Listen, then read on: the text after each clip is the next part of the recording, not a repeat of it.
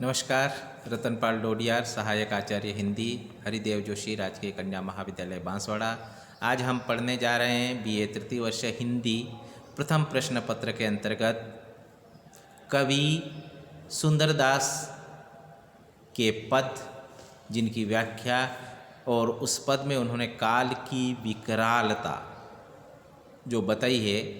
इसके अंतर्गत मृत्यु, काल यानी मृत्यु जब हमारे पास आती है तो हमें पता ही नहीं चलता वो कितनी व्यापक और कितनी विशाल होती है और किस तरह से जो है हमें उस मृत्यु के ग्रास में हम फंस जाते हैं, समाहित हो जाते हैं। तो उस बात को यहाँ बताया है कि हम जैसे हैं वैसे रहने वाले नहीं हैं और समय के साथ मृत्यु जो है हमारी बाँह पकड़ करके और हमें अपने साथ ले जाएगी, अर्थात हम मृत्यु को प्राप्त हो जाएंगे और इन बातों को हमें समझना होगा। इस बात को यहाँ पर उन्होंने इंगित किया। देखिएगा,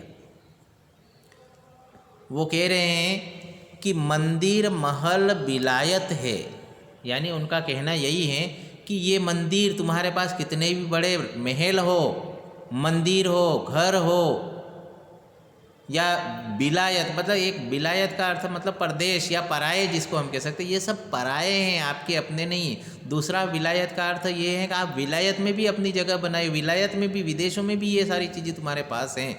या गज, ऊंट, दमामा, हाथी, घोड़े, दर, निशान, ये सारी चीज़ें अगर तुम्हारे पास हैं तो भी दिन एक दो हैं, तो एक दो दिन के लिए ही है, ये हमेशा के लिए तुम्हारा साथ देने वाली नहीं है। जब तक तुम इनका उपयोग करने लायक हो तब तक ही वो तुम्हारे लिए ठीक है, वरना ये किसी काम की नहीं है, वो पराई है।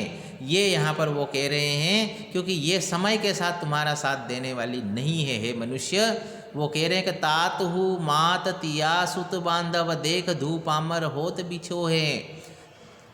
तुम्हारे माता, तुम्हारे पिता, तुम्हारी पत्नी, तुम्हारा सूत यानी पुत्र, बांधव यानी भाई बंधु, देख धू, हे मूर्ख, हे धूर्त, या कह लीजिए कि पामर होत बिछो, हे मूर्ख, इन सबसे बिछुड़ना है या ये तुमसे बिछुड़ने वाले हैं, तुम्हारा साथ देने वाले हमेशा नहीं, वो 2 दिन के लिए ही तुम्हारे अपने हैं। झूठ प्रपंच सु राची रहियो सठ, और हे मनुष्य, तू झूठ और प्रपंच में इस तरह से उलझा हुआ, इस सांसारिकता के मोह माया बंधनों में इस तरह से फंस गया है कि हे मूर्ख, तुझे पता ही नहीं चल रहा है कि तू कर क्या रहा है।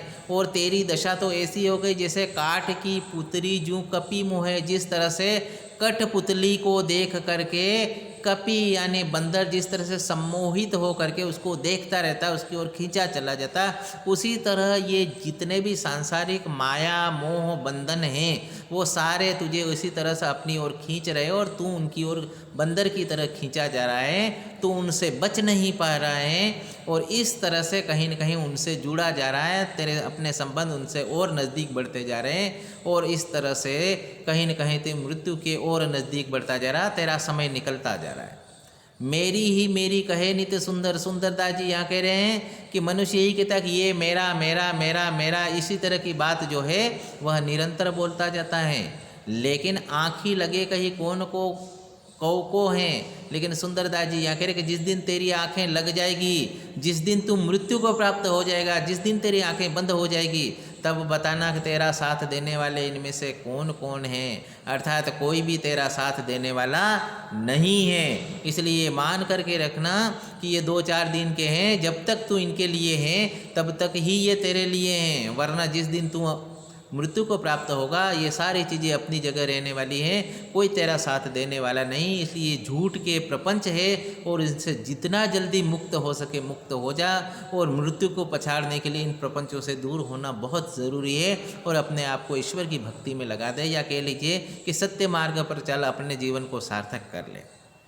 इस पद में भी वही अनुप्रास अलंकार और वही शांत रस है और प्रसाद गुण से परिपूर्ण, यहाँ हमें जीवन के यथार्थ से परिचित करा रहे हैं कवि सुंदरदास जी। अगला पद इनका इसी तरह के हैं कि यह देह जराई के छार किया की किया की किया की किया है, कि यह दे जमी मही गाड़ी दिया की दिया की दिया की दिया है, कि यह रहे दिन 4 जिया की जिया की जिया की जिया है। सुंदर काल अचानक आई, लिया की लिया है।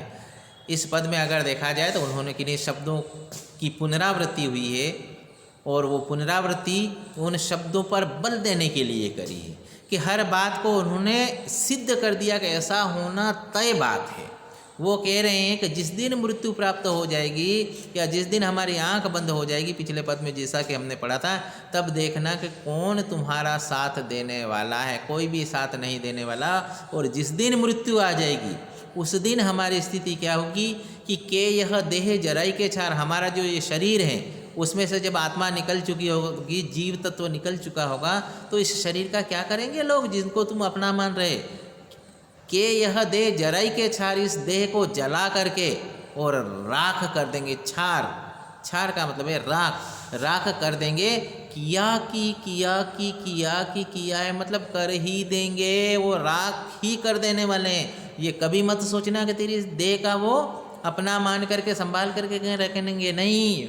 वो हर संभव जितना जल्दी हो सके वो अग्नि में जला देंगे और जला करके राख कर देने वाले हैं। इस बात को तू आज समझ जा। ये बात यहाँ सुंदरदास जी कह रहे हैं। और अगर ऐसा नहीं भी करेंगे तो क्या करेंगे कि यह देह जमी मही गाड़ी,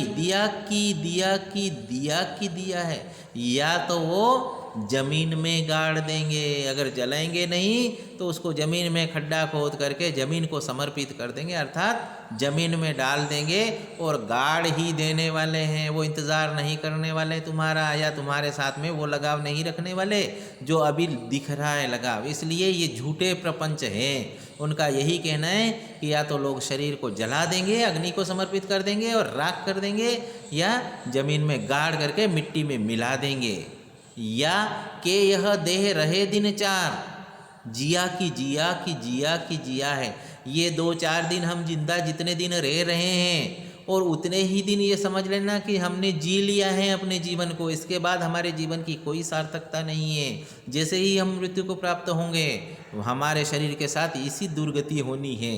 सुंदर काल अचानक आई। सुंदरदास जी कहते हैं कि पता ही नहीं मृत्यु कब आ जाएगी, अचानक आएगा वह मृत्यु, और हमें कह करके नहीं आने वाली मृत्यु, वो अचानक आ जाएगी। और लिया है, यानी हमारे आत्मा तत्व को लेकर के, जीव तत्व को लेकर के वह मौत चली जाएगी, अर्थात एक तरह से हमारे शरीर को निर्जीव बना देगी। और इस तरह से हमको कभी पता ही नहीं चलने वाला कि कब मृत्यु आ गई और कब हमें हमारे जीवन को लेकर के चली गई। चलते फिरते, घूमते फिरते, गाते खाते जीवन को समाप्त कर दिया गया। इसलिए यहाँ सुंदरदास जी कह रहे हैं कि काल की भयंकर विकरालता है, उस विकरालता से कोई भी नहीं बच पाएगा। वो आज तक कोई बच नहीं पाया है और कभी भी कोई बच नहीं पाएगा। इसलिए इस बात को आप मान लीजिए कि जीवन में मृत्यु निश्चिंत है और निश्चित तौर पर वह आने वाली है।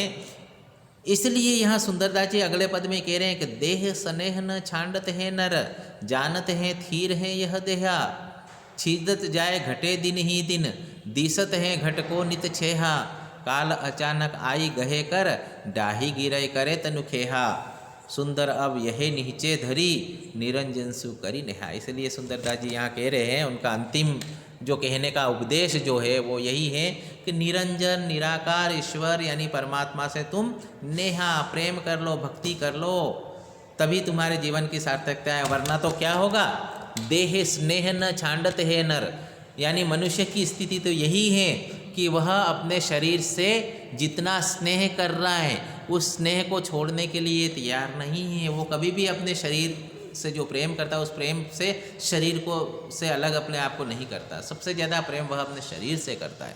और यह जान करके कि जानत है थीर है यह जान करके कि यह शरीर हमारा स्थायी है, अमर है, लेकिन वास्तव में ऐसी बात नहीं है। शरीर हमारा कभी स्थायी या अमर नहीं है।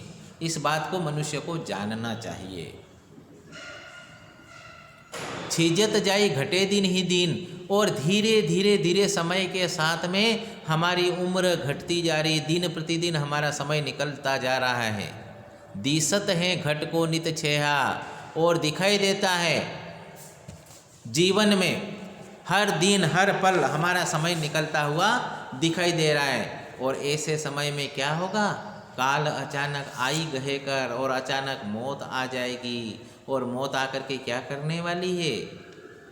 गहे कर, हमारा हाथ पकड़ करके कहेगी कि तुम्हारा समय पूर्ण हो चुका है, अब उस तुम्हें इस संसार में रहने का अधिकार नहीं है। और इस तरह से जो है वह अपनी बात कहते हुए ढाही गिरई करे तनुखिया, हमारे शरीर को गिरा देगी, ढहा देगी।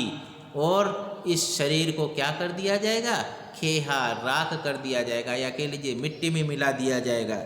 और इस तरह से हमारा शरीर जो है अपने आप में समाप्त हो जाएगा।